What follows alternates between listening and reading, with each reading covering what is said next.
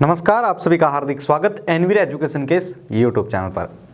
तो साथियों, हम कंप्यूटर शिक्षक भर्ती की तैयारी कर रहे हैं। उसके अंदर हमारा जो है कंप्यूटर आर्किटेक्चर का जो है सिलेबस चल रहा है, जिसके अंदर हमने जो है वॉन न्यूमैन आर्किटेक्चर और रजिस्टर्स के बारे में, किस प्रकार से कॉमन बस सिस्टम कनेक्ट होती है, रजिस्टर मल्टीप्लेक्सर के साथ किस प्रकार से इंटरेक्ट करते हैं, उन सभी के बारे में जाना है।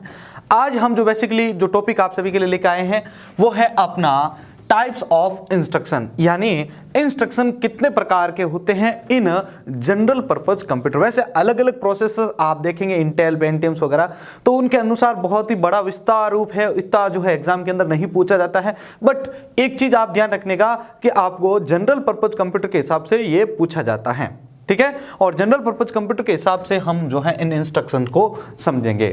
तो सबसे पहले मैं ये समझाने से पहले आपको बताना चाहूंगा इंस्ट्रक्शन होता क्या है। इंस्ट्रक्शन क्या होता है? इंस्ट्रक्शन का मतलब होता है कमांड्स, ठीक है ना। आपको कंप्यूटर से कोई भी काम करवाना है, कंप्यूटर से कोई भी काम करवाना है आपको उस मशीन से है, तो आपको वहां पर कमांड देने पड़ेंगे, यानी इंस्ट्रक्शन उनको देना पड़ेगा। उसी इंस्ट्रक्शन के बेस पर वो जो है उस कार्य को निष्पादित करता है, एग्जीक्यूट करता है। अब देखिएगा, आपको मान लिया किसी भी फाइल को ओपन करना है, तो आप क्या करते हैं, वहां पर कमांड देते हैं ओपन, फाइल का नेम और ओपन, मतलब वो अलग अलग उसके स्क्रिप्ट कमांड बेस के हिसाब से है। लेकिन यहां पर आपके सामने क्या आया कि आपने जब ओपन कमांड लिखा तब वो ओपन हुआ, डिलीट लिखा तो डिलीट हुआ, डिलीट बटन को दबाया, जैसे आप एक CUI होता है वहां पर आपको जो है डिलीट जो है कमांड टाइप करके काम करना पड़ता है, जैसे CMD है वगैरह। और यहां पर अगर आप इसमें ग्राफिकल यूजर इंटरफेस में देखें GUI, तो वहां पर आपको डिलीट बटन दबाते हैं, लेकिन करो कुछ भी, लेकिन उसके अंदर डिलीट कमांड दे रखा है तभी तो वो काम हो रहा है, ठीक है ना। तो वहां पर आपका आता है ये इंस्ट्रक्शन। तो इंस्ट्रक्शन बहुत ही इंपॉर्टेंट रोल होता है कंप्यूटर साइंस के अंदर का। अब अगर यहां पर अपन देखें हैं तो एक जनरल पर्पज कंप्यूटर के हिसाब से एक इंस्ट्रक्शन जो होता है, सबसे पहले यहां पर मैं ये लिख देता हूं,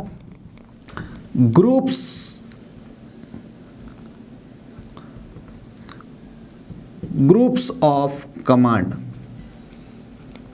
यानी जो आप निर्देश दे रहे हैं उन सभी का समूह ही आपका क्या है, इंस्ट्रक्शन है। अब यहां पर हम देखें तो इंस्ट्रक्शन अपने 3 प्रकार के होते हैं। इंस्ट्रक्शन जो होते हैं कंप्यूटर साइंस में वो आपके 3 प्रकार के होते हैं। कौन कौन से? डेटा ट्रांसफर इंस्ट्रक्शन, उसके बाद आता है डेटा मैनिपुलेशन इंस्ट्रक्शन, और लास्ट आता है आपका प्रोग्राम कंट्रोल इंस्ट्रक्शन। अब इनको जो है हम विस्तार से जानेंगे इस वीडियो के अंदर है।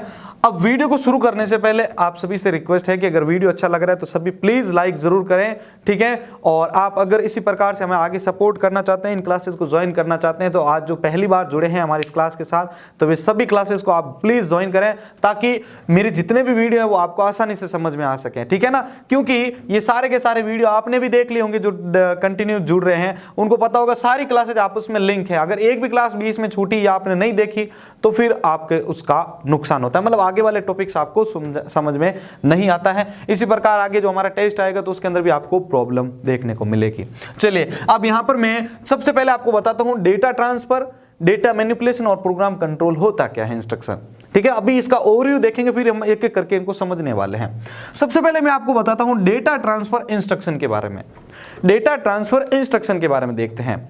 तो देखिए, डेटा को जब भी मेमोरी से रजिस्टर, रजिस्टर से मेमोरी, CPU, इन सभी के बीच में जब इनको ट्रेवल करवाया जा रहा है, मतलब एक जगह से ये डेटा है, इसको एक जगह से दूसरी जगह पर जब ट्रांसफर किया जा रहा है, तो वहां पर हम डेटा ट्रांसफर इंस्ट्रक्शन का यूज लेंगे। अब ये कई प्रकार के होते हैं, इसके अंदर ये बहुत सारे सब ब्रांचेज में फैल रखा है, ठीक है ना। बहुत प्रकार से जो है ये यूज में लिया जाता है डेटा ट्रांसफर। मान लिया यहां पर ये रजिस्टर है, इससे डेटा जो है आपके CPU के अंदर लोड करना है या यहां से वापस मूव करना है, बहुत सारे हैं। अब यहां पर जो कुछ स्पेशली जो सबसे ज्यादा जो यूज ले जाता है, कभी कभार एग्जाम में पूछ ले जाते हैं, उनके बारे में यहां पर देखिए कि सबसे पहला आता है मूव।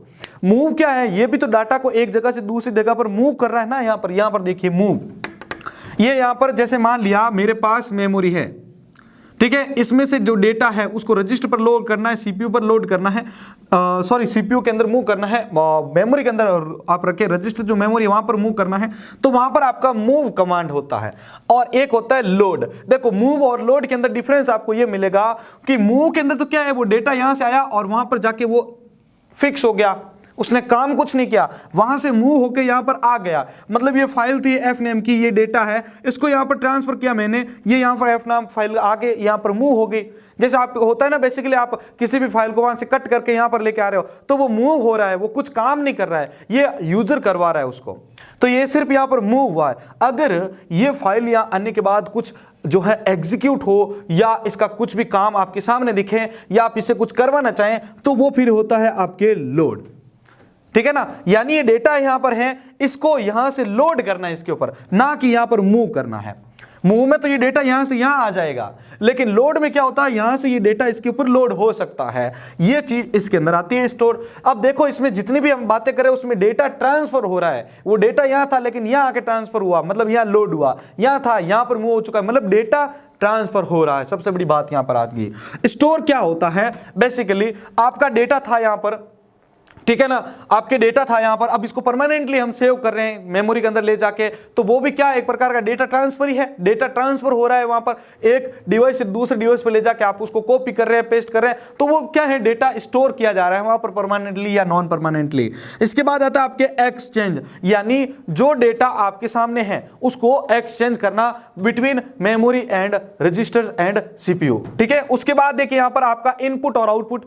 तो आपके जैसे आप कीबोर्ड से कोई डेटा इनपुट कर रहे हैं, ठीक है, ये कीबोर्ड है, आप यहां से कोई भी डेटा इनपुट कर रहे हैं। अब वो डेटा आप जो भी कर रहे हैं तो वो यहां पर जैसे सीपीयू के पास जा रहा है, प्रोसेसर के पास जा रहा है, तो डेटा यहां पर था, आपने टाइप किया वो डेटा, अब वो इसकी मदद से वो डेटा का जो इंस्ट्रक्शन है वो यहां पर आ रहा है।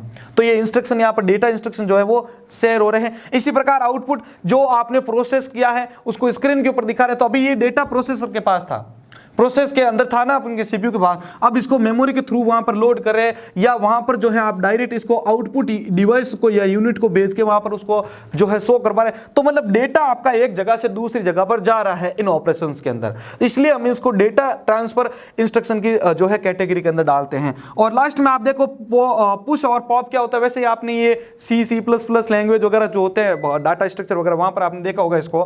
पुश और पॉप क्या होता है, बेसिकली आपका ये मेमोरी है यहां पर, इसके अंदर जब आप एक नया डेटा लेके आते हैं तो उसको बोलते हैं हम पुश। पॉप कैसे कहते हैं, इस डेटा को अगर यहां से बाहर निकालना है तो उसको हम बेसिकली पॉप कहेंगे। ये है आपका डेटा ट्रांसफर। अब यहां पर कैसे भाई, यहां पर डेटा बाहर था जबकि उसको हमने मेमोरी के अंदर डाला, तो डेटा यहां से उठकर यहां पर आया, तो क्या हो गया, पुश। अब यहां पर डेटा था, इसको रिमूव करके मेमोरी से पूरा बाहर निकाला, फिर भी डेटा तो ट्रांसफर होकर बाहर जा रहा है ना, तो यहां पर ये आपका आ गया। अब यहां पर आपको ये चीजें समझ में आ चुकी है। इसका बड़ा जो ओवरव्यू अगर आपको याद रखना है माइंडली, तो यहां पर आप इस पॉइंट को ऐसे याद रखेंगे कि जब डेटा को एक जगह से दूसरी जगह पर ले जाया जा रहा है तो वहां पर आपका डेटा ट्रांसफर इंस्ट्रक्शन काम करेगा। ठीक है, अब हम बात करते हैं डेटा मैनिपुलेशन इंस्ट्रक्शन के बारे में, जो बहुत ही बड़ा है थोड़ा टॉपिक। ठीक है, तो इसको हम जो है वापस यहां पर मैं इसको रिमूव कर रहा हूं, फिर हम जो है समझते हैं डेटा मैनिपुलेशन, यानी ऐसे इंस्ट्रक्शन जिसकी मदद से डेटा के अंदर कुछ बदलाव या कुछ चेंजेस किए जा सकते हैं। ठीक है, अब यहां पर हम जो है पहले समझते हैं डेटा मैनिपुलेशन इंस्ट्रक्शन और उसकी जो भी सब ब्रांच है उसके बारे में। तो देखिएगा, डाटा ट्रांसफर वाला हो चुका है और अब डाटा मैनिपुलेशन के अंदर देखा, मतलब डाटा के अंदर कुछ चेंजेस करना, या डेटा के अंदर जो चेंजेस होंगे वो इंस्ट्रक्शन जो वहां पर अप्लाई करेंगे वो डेटा मैनिपुलेशन इंस्ट्रक्शन कहलाएंगे। अब इसके अंदर बहुत सारी सब कैटेगरीज है। अब देखो यहां पर सबसे पहले मैं अर्थमेटिक और लॉजिकल इंस्ट्रक्शन के बारे में पढ़ूंगा आपको, ठीक है ना, और इसको बहुत ही शानदार तरीके से आपको याद भी करने को मिलेगा। वैसे इतना हार्ड नहीं है, वहां पर थोड़ा आपको समझने के लिए है।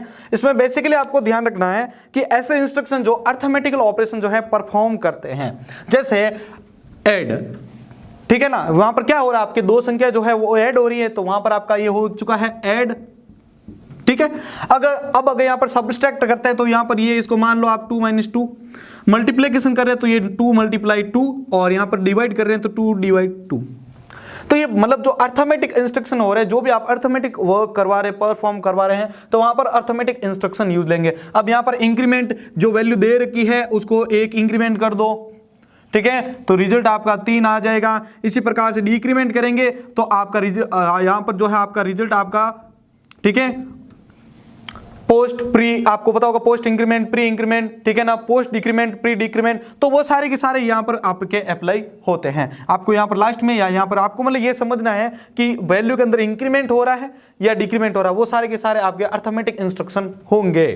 इसी प्रकार से आप नेगेटिव देखेंगे तो नेगेटिव के अंदर क्या होता है कि वैल्यू जो होती है उसको आपको नेगेटिव में कन्वर्ट करना होता है। सिंपल है ये भी, जैसे ये यहाँ पर आपके सामने दे रखा है जैसे 9, इसका नेगेटिव मान निकालना आपको या इसको नेगेटिव इंस्ट्रक्शन इसके ऊपर अप्लाई करना है, तो ये इसका मान हो जाएगा -9, ठीक है। तो यहां पर ये तो बहुत ही इजी है। आपका अर्थमेटिक इंस्ट्रक्शन के बारे में आपको ध्यान रखना है कि ये आपके इंस्ट्रक्शन अर्थमेटिक इंस्ट्रक्शन होता है। अब समझने की बारी यहां पर आती है। तो इसमें सबसे पहले देखो लॉजिकल इंस्ट्रक्शन, यानी कुछ इसके अंदर तार्किक चीजें होगी, जिसमें सबसे पहले अगर मैं आपके सामने बात करूं तो आता है कॉम्प्लीमेंट, या इसको आप कह सकते हैं नॉट, ठीक है ना। इसमें आपको एक तो ये कॉम्प्लीमेंट, एक यहां पर और एक यहां पर, ये तीनों आपके जो वर्किंग होगी, इनकी मेथड जो होगा वर्किंग मेथड वो सेम दिखेगा आपको, जैसे समझते हैं हम यहां पर। कॉम्प्लीमेंट और नॉट का मतलब होता है कि आपको फर्स्ट कॉम्प्लीमेंट और सेकंड कॉम्प्लीमेंट का पॉइंट यहां पर याद रखना है। तो मान लीजिए कि मेरे पास यहां पर कोई वैल्यू है, कॉम्प्लीमेंट दे रखी है, ठीक है ना, तो मेरे पास यहां पर कोई कॉम्प्लीमेंट वैल्यू है, जैसे मेरे पास 0 1 0 1 0। तो अब अगर मैं इसका जो है फर्स्ट कॉम्प्लीमेंट अगर मैं देखना चाहूं यहां पर, ठीक है ना, फर्स्ट कॉम्प्लीमेंट अगर देखो, सबसे पहले तो यहां पर ये भूल जाओ कि वैल्यू है, अब इसको कॉम्प्लीमेंट निकालना है। मतलब नॉट ऑपरेट आपको पता होगा ना, नॉट जो ऑपरेंड होता है आपने देखा होगा, एंड और नॉट जो होते हैं गेट, उसके अंदर आपने देखा होगा कि नॉट जो होता है वो उल्टा वर्क करता है, यानी जो 0 वैल्यू आप इनपुट करेंगे तो 1 बन जाएगा, 1 इनपुट करेंगे तो 0 बन जाएगा। तो वही वर्क यहां पर भी है, कॉम्प्लीमेंट भी आपको देखने को मिलता है। फर्स्ट कॉम्प्लीमेंट आप जब ज्ञात करते हैं तो ये वैल्यू दे रखी है, इसका आप उल्टा कर देते हैं, यानी ये 0 है, ये 0 जो है वो 1, ये 1 0, ये 1 0 और 1 में कन्वर्ट हो जाता है। अब अगर यहां पर इसमें जो है फर्स्ट कॉम्प्लीमेंट होता है, एक सेकंड कॉम्प्लीमेंट भी होता है जिसके साथ आप एक ऐड करके उसकी वैल्यू को डिफाइन करते हैं, तो वहां पर ये कॉम्प्लीमेंट आ जाता है। तो मतलब ये मैंने आपको फर्दर जो अलग से वीडियो आ रखा है पहले से, उसके अंदर आपको बता रखा है वैसे प्रीवियस वीडियोस के अंदर, तो वहां से आप इसको चेक कर सकते हो। वैसे इतना हार्ड भी नहीं है, फर्स्ट कॉम्प्लीमेंट के अंदर जो वैल्यू दे रखी है उसका उल्टा कर लो, यानी 0 को 1 और 1 को 0 कर दो, तो यहां पर ये आपका ज्ञात हो जाएगा। अगर फर्स्ट कॉम्प्लीमेंट चाहिए तो आप यहां पर ऐड कर दीजिए, बाकी की वैल्यू को उल्टा कर दीजिए, ठीक है ना। 1 1 0 हो जाएगा, देखो ये 1 1 0 हो गया, 0 को 1, 1 को 0, 0 को 1 और ये 0, तो ये आपका सेकंड कॉम्प्लीमेंट भी ज्ञात हो गया।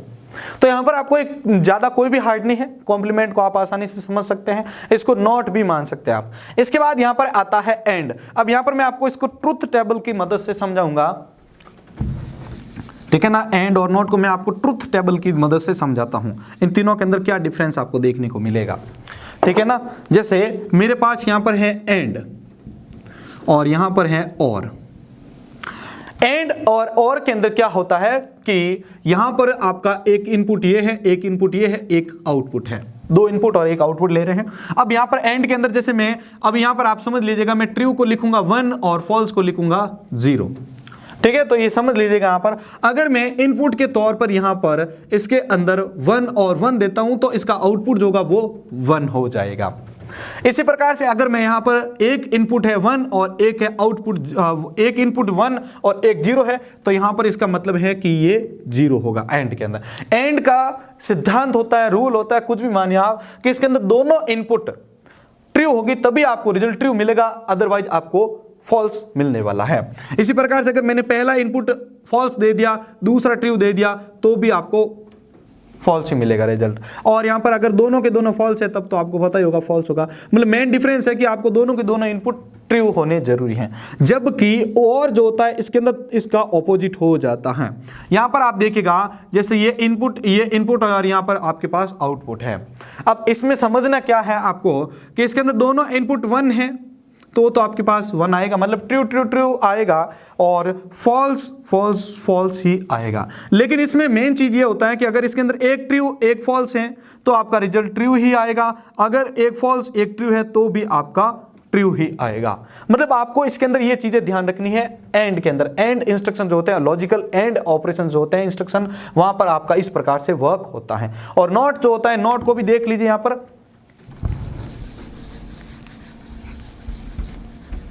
नॉट के अंदर सिंपल सा बेसिक फंडा है कि इसके अंदर अगर इनपुट है, ठीक है ना, ये आपका एक इनपुट है एक आउटपुट है। अगर इसमें वैल्यू 0 करेंगे तो वो 1 में कन्वर्ट हो जाएगी, अगर 1 करेंगे तो वो 0 में कन्वर्ट हो जाएगी। बेसिक सा फंडा है इसका तो नॉट का।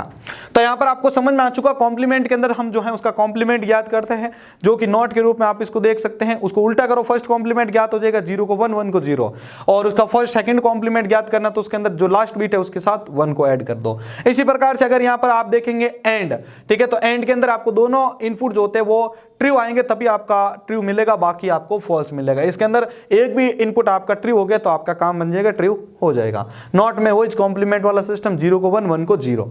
अब इसके बाद आता है आपका क्लियर कैरी। क्लियर कैरी क्या होता है कि इस क्लियर कैरी के अंदर क्या होता है कि आपका जो फ्लैग बिट होता है, ठीक है ना, ये एक प्रकार का फ्लैग बिट होता है। इसके अंदर अगर कोई भी वैल्यू है, चाहे वो 0 है या फिर 1 है, अगर जो फ्लैग बिट है उसके अंदर कोई भी वैल्यू है, चाहे 0 हो या 1 हो, एक वैल्यू तो रहेगी। उस वैल्यू को अपन को क्लियर करना है, यानी उसको डेटा को पूरा क्लियर करना है, तो आप जो है वहां पर क्लियर कैरी का यूज करते हैं। क्लियर कैरी का यूज किस लिए करते हैं? फ्लैग बिट के अंदर जो वैल्यू होती है, चाहे 0 हो या 1 हो, उसको क्लियर करने के लिए क्लियर कैरी का यूज करते हैं।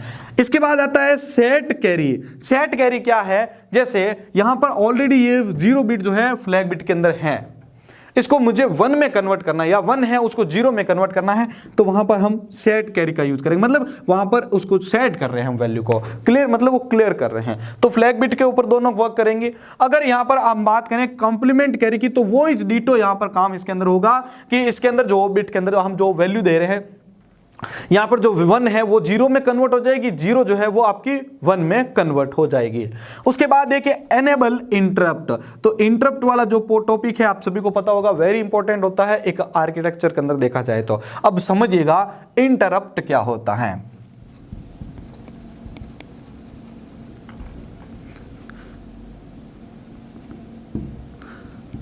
और जो भी अभी नए जुड़े हैं भाई, सभी से मैं बार बार रिक्वेस्ट कर रहा हूं, वीडियो को लाइक करते रहें। लाइक करते तो हमारा मोटिवेशन बढ़ता है, और इसी प्रकार के जो डीपली नोट्स होते हैं आप सभी के लिए लेके आते रहते हैं, और उसको समझाने की भी शानदार कोशिश करते रहते हैं। अब देखिएगा यहाँ पर इंटरप्ट क्या होता है। इंटरप्ट बेसिकली एक आप मान सकते हो प्रोसेस है, एक मेथड है, एक टेक्निक है, जिसमें जो प्रोग्राम चल रहा है या जो वर्क कर रहा है, जो प्रोसेस हो रहा है, उसको वहीं पर होल्ड करके अदर प्रोग्राम के ऊपर फोकस करना। अब इंटरप्ट जो होते हैं वो 2 प्रकार के होते हैं, हार्डवेयर इंटरप्ट और सॉफ्टवेयर इंटरप्ट। आपने देखा ही होगा इसके बारे में। अभी देखो मैं आपको एग्जांपल बताऊंगा, उससे समझ जाएंगे। मतलब जो प्रोसेस चल रहा है उसको रोक के दूसरे प्रोसेस पे चला जाना। अब हार्डवेयर इंटरप्ट पे आप देखेंगे तो बेसिकली आपके सामने कोई प्रोसेस हो रहा है, कोई प्रोसेस हो रहा है, अगर उसके बीच में आपने कीबोर्ड से कोई बटन प्रेस कर दिया, जैसे मैंने एस्केप दबा दिया, तो वहां पर हार्डवेयर का जो, ठीक है ना, अब कोई इंस्टॉल हो रहा था सॉफ्टवेयर, जैसे डिवाइस ड्राइवर इंस्टॉल हो रहा है, मान लिया कोई भी सॉफ्टवेयर इंस्टॉल कर रहे हैं हम, लाइक कोई भी एक यूएसबी का कोई इंस्टॉल कर रहे हैं, कोई सॉफ्टवेयर इंस्टॉल हो रहा है, उसके बीच में हमने कीबोर्ड का जो बटन है एस्केप उसको दबा दिया, तो हार्डवेयर का जो इंस्ट्रक्शन है, हार्डवेयर का जो ध्यान है वो कहां पे चला जाएगा? कीबोर्ड की तरफ चला जाएगा। ठीक है, तो वो आपका होगा यहां पर हार्डवेयर इंटरप्ट। यानी जो वर्क हो रहा है कंप्यूटर के अंदर, अगर उसके बीच में हम कीबोर्ड या माउस से जो वर्क कर रहे हैं, अगर इससे को क्लिक हो जाता है, तो वहां से उसका ध्यान जो है इस माउस की साइड में या उस कीबोर्ड की साइड में चला जाएगा, तो वो होता है आपका हार्डवेयर इंटरप्ट। सॉफ्टवेयर इंटरप्ट क्या होता है कि आपका सॉफ्टवेयर के अंदर कोई भी प्रोसेस हो रहा है, ठीक है, कोई भी प्रोसेस हो रहा है, उसके बीच में अपन को कोई वीआईपी प्रोसेस को पास करना है, तो वहां पर हम जो है इसको जो है डाइवर्ट करते हैं इस दूसरे वाले प्रोसेस के ऊपर, वो होता है सॉफ्टवेयर इंटरप्ट। यानी सॉफ्टवेयर इस चीज के प्रोसेस पर से ध्यान हटाकर इसके ऊपर आ जाएगा, तो ये इंटरप्ट होता है बेसिकली। यानी जो काम हो रहा है उसको होल्ड करके दूसरे काम पर चले जाना या दूसरी और वहां पर अपना ध्यान केंद्रित करना, इंटरप्ट होता है। अब इसको जो है इसके अंदर एक बिट होती है, ठीक है ना, जो इंटरप्ट जो होता है इसको एनेबल करने के लिए आपको 1 का यूज लेना पड़ेगा। ये ऑलरेडी जो है 0 होती है पहले से, अगर इसको 1 करेंगे तो वो वहां पर वैल्यू इंटरप्ट हो जाएगी। यानी वो डिफॉल्टली 0 वर्क कर रहा है, लेकिन हम जैसे वहां पर फिट करेंगे 1 को, तो वहां पर वो एनेबल हो जाएगा। डिसेबल करना है तो आपको यहां पर 0 करना पड़ेगा। तो यहां पर आपको ये लॉजिकल इंस्ट्रक्शन समझ में आ गई होगी भाई, ठीक है। ये आपका अर्थमेटिक था, ये लॉजिकल। यहां पर अगेन इसको रिपीट करना चाहूंगा क्योंकि ये इंपॉर्टेंट पार्ट है। कॉम्प्लीमेंट में 1 0 0 1 वाली ट्रिक याद रखनी है आपको। एंड के अंदर 2 इनपुट इनपुट आपके जो है इसके अंदर इंसर्ट होगी, ठीक है, और इसके अंदर इंसर्ट में भी देखो दोनों इनपुट ट्रू है तो आपका रिजल्ट ट्रू है, अदरवाइज आपको रिजल्ट जो है फॉल्स मिलने वाला है। इसी प्रकार से और के अंदर देखेंगे तो दोनों में से कोई भी एक इनपुट अगर ट्रू आ गया तो आपका काम बन जाएगा, आपको ट्रू रिजल्ट मिल जाएगा आउटपुट में। नॉट के अंदर आपको वही वापस कॉम्प्लीमेंट वाला सिस्टम, 0 को 1 और 1 को 0 में कन्वर्ट कर देता बिट को। और यहां पर देखिए आप क्लियर कैरी के अंदर ऑलरेडी कोई फ्लैग बिट के अंदर कोई वैल्यू डाल रखी है। अब वो फ्लैग बिट के अंदर जो वैल्यू है वो जो भी है, चाहे 0 हो या 1 हो, उसको क्लियर करना है पूरा फ्लैग बिट को, तो वहां पर आप जो है क्लियर कैरी का यूज करेंगे। सेट मतलब जो पहले जैसे कोई 1 है उसको 0 कन्वर्ट करना है या 0 सेट करना है वहां पर, तो 0 अगर 0 है 1 को करना है तो आपको 1 डाल दी, मतलब ये सेट कर रहे हैं वैल्यू को, कैरी को। उसके बाद देखिए कॉम्प्लीमेंट कैरी, तो वापस यही काम यहां पर आ रहा है इसके अंदर, ठीक है, जो कैरी हो रही है ऑलरेडी इसके अंदर बिट के अंदर, तो वहां पर आपको जो है 0 को 1 और 1 को 0 में कन्वर्ट करना है, तो वहां पर आप इसका यूज कर सकते हैं। एनेबल इंटरप्ट और डिसेबल इंटरप्ट का मैंने आपको बता दिया है। इंटरप्ट का अर्थ आपको ध्यान रखना है कि जो प्रोसेस हो रहा है उसको वहीं पर होल्ड कर दो, स्टॉप कर दो और दूसरी जगह पर आप चले जाओ और दूसरा वर्क करने लग जाओ, वो आपका इंटरप्ट होता है, यानी वो डाइवर्ट हो जाएगा। ये दो प्रकार के हार्डवेयर और सॉफ्टवेयर, ठीक है ना। हार्डवेयर में जैसे कोई प्रोसेस हो रहा है, कुछ भी काम कर रहे हो आप जब भी कीबोर्ड के अंदर या माउस से कुछ भी क्लिक करते हैं, बटन दबा रहे हैं जो भी, तो वहां पर आपका जो सीपीयू होता है उसका ध्यान वहां पर चला जाता है उसकी ओर।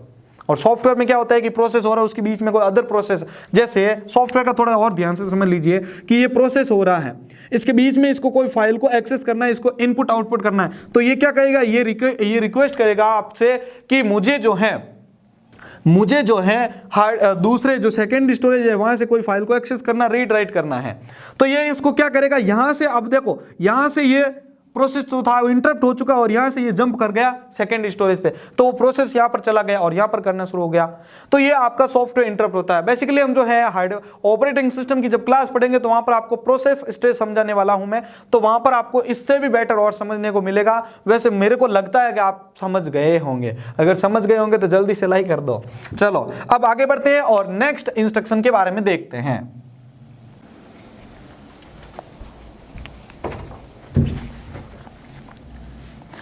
अब देखिएगा हमारे पास नेक्स्ट जो इंस्ट्रक्शन आता है डेटा मैनिपुलेशन के अंडर, ठीक है, वो आता है अपना शिफ्ट इंस्ट्रक्शन, ठीक है, अर्थमेटिक और लॉजिक। उसके बाद आता है शिफ्ट, यानी वैल्यू को आप वैल्यू के अंदर चेंजेज ही होगा, अभी आपको देखने को मिलेगा यहाँ पर, जो कि आपको यहाँ पर टोटल 8 प्रकार के हैं। Logical shift left, logical shift right, arithmetic shift left और अर्थमेटिक शिफ्ट राइट। इसके बाद रोटेट राइट, रोटेट लेफ्ट। उसके बाद यहां पर आता है आपका रोटेट राइट थ्रू कैरी, उसके बाद रोटेट लेफ्ट थ्रू कैरी। चलिए अब एक एक को यहां पर जो है ध्यान से समझते हैं। मेरे पास यहां पर जो है 8 बिट का रजिस्टर है, ठीक है ना, जिसके अंदर मेरे पास 8 बिट जो है वो फिल की हुई है। ध्यान से समझिएगा भाई, एक बार समझ गए तो आपको दोनों जो है आसानी से समझ आए। 1 2 3 ये हो गया 4, ये 5 6 7 और 8 हो गया। ये भी 1 2 3 4 5, उसके बाद 6 7 और 8। अब देखो इसके अंदर मैं जैसे कोई भी वैल्यू ले लेता हूं ऊपर से, ठीक है ना, तो यहां पर मेरे पास है 0 1 1 0 1 1 0 1, कोई भी वैल्यू ले सकते हैं आप। अब सबसे पहले आप देखिएगा लॉजिकल शिफ्ट, यानी इस साइड में काम शुरू होगा अपना। अब यहां पर क्या होगा, लॉजिकल शिफ्ट में देखो, लॉजिकल शिफ्ट और राइट को ऐसे समझना है कि जब लेफ्ट की बारी होगी तो इस साइड वाला जो बिट होगा वो बाहर की ओर निकल जाएगा, और राइट की बारी होगी तो वो उस साइड से जो है आपका, यानी राइट साइड से वो डेटा जो होगा, जो बिट होगा वो बाहर निकल जाएगा। अब इस 8 बिट के रजिस्टर के बेस पर आप समझ रहे हैं यहां पर कि लॉजिकल शिफ्ट लेफ्ट कैसे काम करता है। तो ये कैरी, तो ये जो बिट था वो तो आ गया आपके बाहर, ठीक है। अब यहां पर इसको आगे लेके आ जाइए, यानी ये 1 आ जाएगा आपके यहां पर, ये यहां पर, इसके बाद ये 0, ये वापस 1 आ गया यहां पर, ये 1 आ गया यहां पर, ये 0 और ये 1, मतलब ये यहां पर, ये यहां पर, ये यहां पर, ये यहां पर, ये यहां पर और ये यहां पर। अब बात आती है कि जो लास्ट, अब सभी निकल गए तो यहां पर ये लास्ट जो बिट है वो क्या करेगी, तो यहां पर आपको ध्यान रखना कि यहां पर आपका फिल करेंगे हम 0, तो यहां पर ये वापस 8 बिट का रजिस्टर फुलफिल हो जाएगा।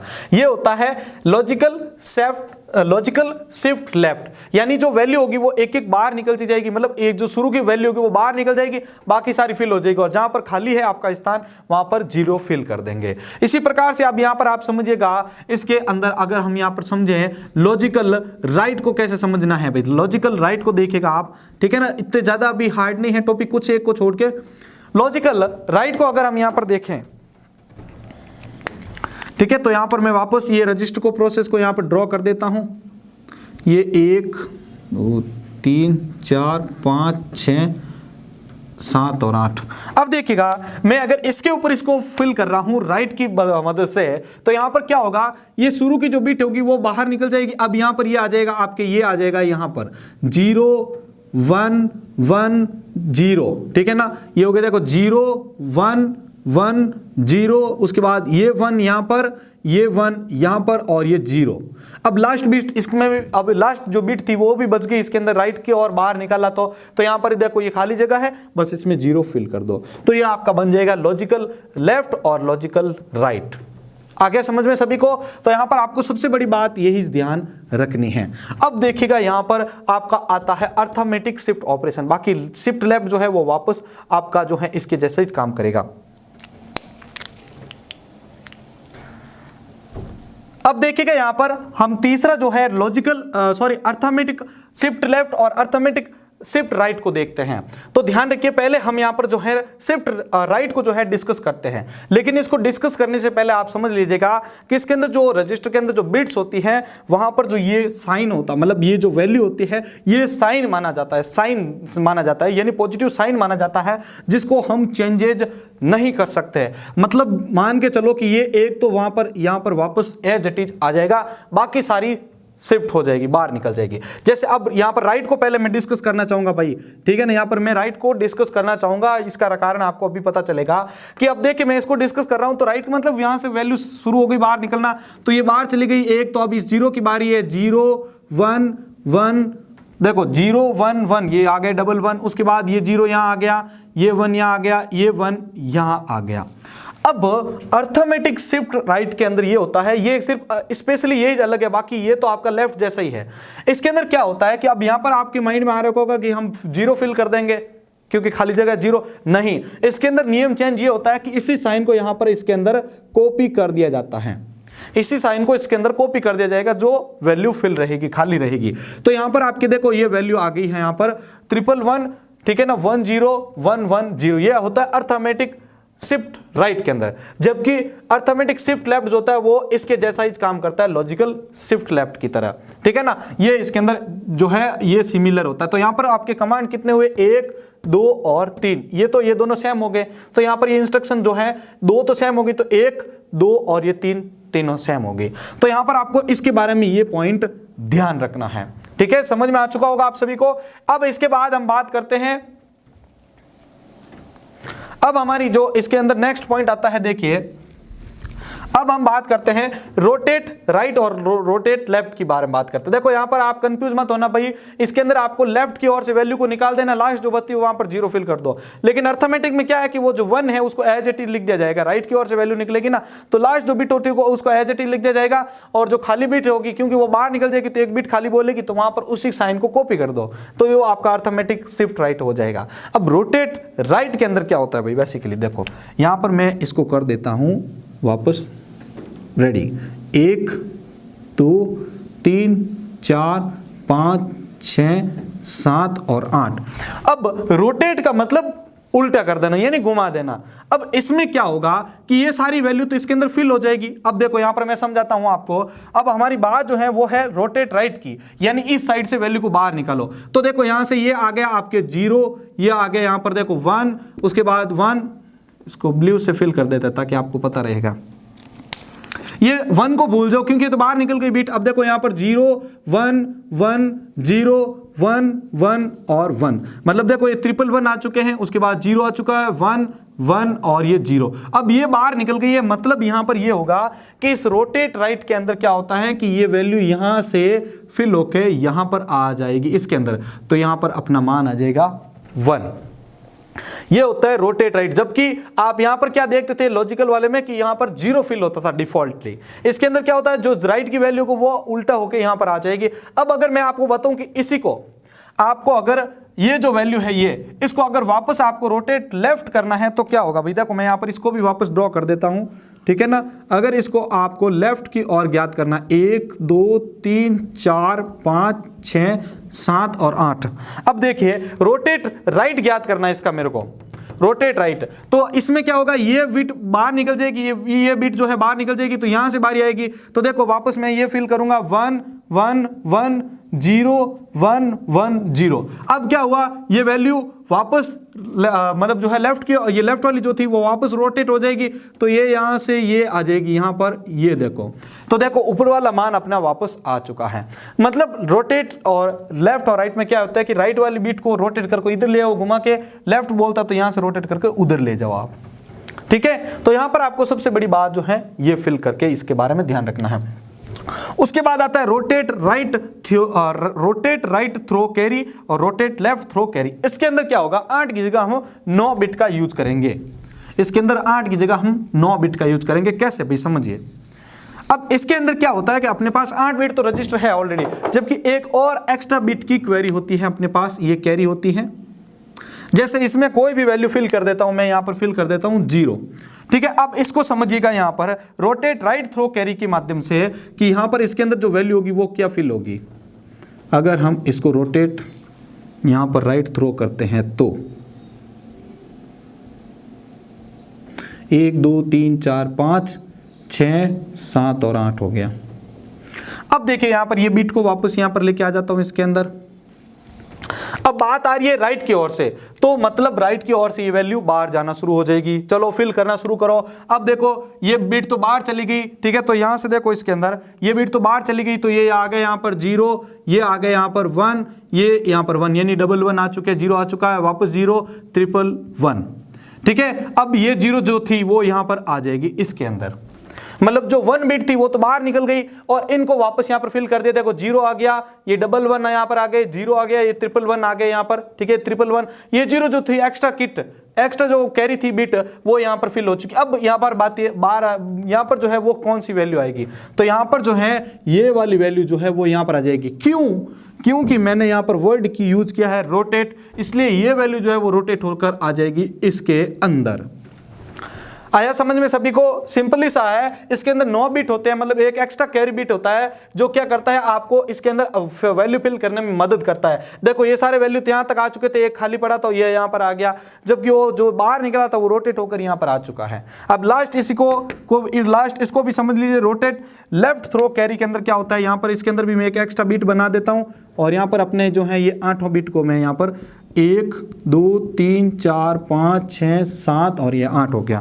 अब इसको समझिएगा, मैं इसको रोटेट लेफ्ट थ्रो कैरी से समझना चाहूंगा तो क्या होगा कि इसके अंदर जो ये 1 बिट होगी वो बाहर आ जाएगी, ठीक है। तो यहां पर देखो ये वैल्यू आ जाएगी अपने पास यहां पर 0, उसके बाद ये 1 1 ठीक है, ये 1 1 उसके बाद ये 0 आ जाएगी, यहां पर ये 1 आ जाएगा, 0 आ जाएगा। अब वापस बारी आएगी कि ये जो बार था वो वापस जो है रोटेट होकर आपके यहां जाएगा लेफ्ट की ओर, तो ये 1 फिल हो जाएगा। ये देख लीजिए ऊपर वाली वैल्यू यहां पर फिल हो चुकी है। मतलब आप वापस भी चेक कर सकते हैं आपका गलत है या सही है, मतलब एकदम करेक्ट आंसर भी आपको वापस मिल रहा है। तो साथियों यहां पर अपना लॉजिकल इंस्ट्रक्शन समाप्त होता है। अब जो है नेक्स्ट हम देख लेते हैं प्रोग्राम कंट्रोल इंस्ट्रक्शन के बारे में। वीडियो अच्छा लग रहा है तो सभी भाई लाइक जरूर करते रहें। तो यहां पर अपने पास जो लास्ट बचा है वो है आपका प्रोग्राम कंट्रोल इंस्ट्रक्शन के बारे में, यानी जो इंस्ट्रक्शन प्रोग्राम को कंट्रोल करने के काम आते हैं। तो बेसिकली आप प्रोग्रामिंग लैंग्वेज वगैरह जब देखेंगे तो उसके अंदर वो सारा आएगा। अब ये समझ लीजिए ये होता क्या है। जैसे आप प्रोग्रामिंग के दौरान आप जैसे ब्रांचिंग स्टेटमेंट यूज कर रहे हैं, जंप यूज कर रहे हैं, ठीक है ना, आप ब्रांचिंग स्टेटमेंट यूज कर रहे हैं, आप जैसे इफ, व्हाइल, ठीक है ना, फॉर, डू व्हाइल, स्किप, ठीक है ना। तो ये सारी जो स्टेटमेंट होती है वो आपको क्या करती है, प्रोग्राम को कंट्रोल करने के लिए काम में ली जाती है, ठीक है ना। चाहे वो सीक्वेंशियल हो, चाहे वो अनसीक्वेंशियल हो, चाहे वो कंडीशनल हो, चाहे अनकंडीशनल हो, उसको सभी को वो जो है वहां पर कंट्रोल करने के लिए ये काम में आती है। ये बेसिकली हम जो अलग से इसका पढ़ेंगे, ठीक है ना, पार्ट्स आएगा जब इसका कंडीशनल वाला सारा, तब प्रोग्राम कंट्रोल वाला, तब वहां पर आपको जो है ये सारा का सारा जो है जो है बहुत ही बड़ा सब्जेक्ट है ये पूरा का पूरा टॉपिक, ठीक है ना। तो इसको हम जो है अलग से उस वीडियो के अंदर देखने वाले हैं। अब बात आती है सबसे बड़ी कि आपने यहाँ तक जो भी पॉइंट पढ़े हैं इनमें से 2 या 3 क्वेश्चन आने के चांसेस जो है सबसे ज़्यादा हाई रहते हैं। और इसको आप थोड़ा वापस भी अगर नहीं समझ में आए तो रिपीट कीजिएगा। मैंने कोशिश पूरी की है कि आपको जितना जल्दी हो सके और जितना ईजी हो सके वो समझाने की कोशिश की है, ठीक है। और वीडियो अच्छा लगा है तो आप सभी इस वीडियो को लाइक कीजिएगा। इसके क्वेश्चन जो है वो नेक्स्ट जो आपकी टेस्ट सीरीज आ रही है उसके अंदर आपको देखने को मिलने वाले हैं। वीडियो अच्छा लगा तो अगेन इसको बोलना चाहूंगा, लाइक कर दीजिएगा, अपने मित्रों के साथ शेयर कर दीजिएगा। इसी के साथ मैं संपत लेलड़ आप सभी से अलविदा ले रहा हूं। जय हिंद, जय भारत।